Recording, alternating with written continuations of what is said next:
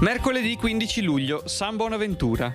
È il 196esimo giorno dall'inizio dell'anno, ne mancano 169 al termine. Il sole sorge alle 5:35 e tramonta alle 20:58.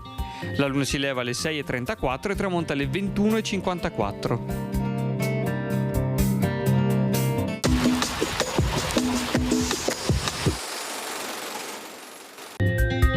A Treviso, la campana della torre del comune annuncia l'avvicinarsi delle truppe italiane. La popolazione rimane sconcertata e non sa se accoglierli o resistere. Alle 2 del pomeriggio entra in città da Porta Santi 40 un drappello di cavalleggeri alla cui testa è il capitano Manera, ma nessuno è ad accoglierli.